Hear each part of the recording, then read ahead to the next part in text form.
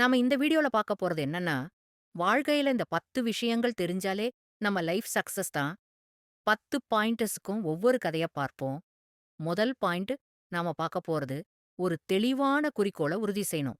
அந்த குறிக்கோள எதற்காக தேர்வு செஞ்சோம்னு உணரணும். இதுக்கு எடுத்துக்காட்டா ஒரு கதை பார்ப்போமா? ரவிக்கு சின்ன வயசுலேருந்து விமானம் ஓட்டணும்னு அற்புதமான ஆர்வம் இருந்தது. ஆனால் அவன் ஒரு ஏழை குடும்பத்துல பிறந்தவன். பள்ளி நண்பர்கள் விமானி ஆகுறது சுலபமா?ன்னு கேலி செஞ்சாங்க. ஆனால் ரவி தினமும் தன்னோட அறையில பேப்பர் பிளேன் ஓட்டி, "வானமே என் வகுப்பறைன்னு" எழுதி வைத்திருந்தான். அந்த வார்த்தை அவனை ஒவ்வொரு நாளும் முன்னேறிப் போகத் தூண்டியது. அவன் இரவு நேரம் படித்தான். விடுமுறையில வேலை பார்த்தான். ஆனால் கனவுகள மட்டும் விட்டதில்லை. இதே மாதிரி நம்மளோட நோக்கம் சரியாக இருந்தால், அத கண்டிப்பா அடைந்தே தீரலாம். 2வது பாயிண்ட். நம்ம குறிக்கோள நோக்கி சின்னதானாலும் ஆரம்பிக்கணும். ஆனா, இன்றே ஆரம்பிக்கணும். இதற்கு எடுத்துக்காட்டா ஒரு கதை பார்ப்போமா? அந்த சிறுமி பேர் அனு. அவளுக்கு ஓட்ட பந்தயம் பிடிக்கும். ஆனா, ஒரு சின்ன பக்கவாதம் காரணமா உடற்பயிற்சி ஒரு சவாலா இருந்தது.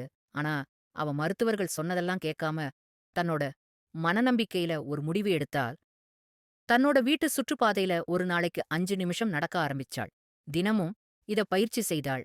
ஒரு வருஷத்துக்குள்ள அனு 5 கிலோமீட்டர் ஓட்ட போட்டியில் கலந்துக்கிட்டா. 100 பேர் கலந்துக்கிற ஓட்டப் போட்டியில் 52வது ஆளா வந்தாள். ஆனா, மகிழ்ச்சியில முதலாவது இடம். அவளோட துவக்கம் சிறியதுதான். ஆனால், அவ முயற்சிய ஆரம்பிச்சதுதான் அவளோட வெற்றி. 3வது பாயிண்ட். திறமைக்கு மேல் தொடர்ச்சியே முக்கியம். எடுத்துக்காட்டு கதை. ராகுல் என்ற மாணவன் கணிதத்தில் பலவீனமுடையவர். மற்றவர்கள் கூலாக தேர்வுகள் எழுதும்போது, இவன் பதற்றத்துடன் எழுதுவார். ஆனால், ஒரு நாள் அவன் ஆசிரியர் சொன்னார், "நீ தினமும் 30 நிமிடம் கணிதத்தை பயிற்சி செய்து பார்." அதிலிருந்து அவன் தினசரி கணிதத்தை கற்றுக்கொண்டு ஒவ்வொரு பாடத்தையும் புரிந்து கொள்ள ஆரம்பித்தான். தேர்வுக்கு முன்னால் மற்றவர்கள் குறிப்பு தேடி ஓடும்போது ரகுல் புத்தகங்களை மூடி நிம்மதியாக இருந்தார். அந்த ஆண்டு கணிதத்தில் உயர்ந்த மதிப்பெண் பெற்றார்.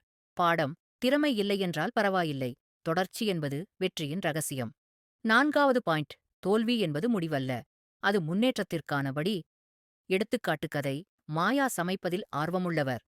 சமையல் போட்டியில் பங்கேற்றபோது அவர் செய்த கேக் ருசியில்லாமல் போனது. சாஸ் எரிந்தது. பார்வையாளர்கள் சிரித்தனர். ஆனால் மாயா சிரித்து, "இது என் முதல் படிதான்" என்றார். அவள் வீட்டிற்கு வந்து தினமும் ஒரு சமையல் முயற்சி செய்தாள். யூடியூபில் பார்வையிட்டாள், முயற்சி செய்தாள், தோல்விகளை பதிவு செய்தாள். 3 மாதங்களில் அவர் ஒரு பேக்கிங் பக்கத்தை தொடங்கினார். இன்று அவளது வீடியோவுக்கு ஆயிரக்கணக்கான பார்வைகள் உள்ளன. பாடம். தோல்வி வந்தால் பயந்து ஒளியாதீர்கள். நம் வெற்றிக்குச் செல்லும் முதல் படியாகக் கருதுங்கள். 5வது பாயிண்ட். நல்ல சுற்றமும் நல்ல எண்ணங்களும் உங்களை உயர்த்தும்.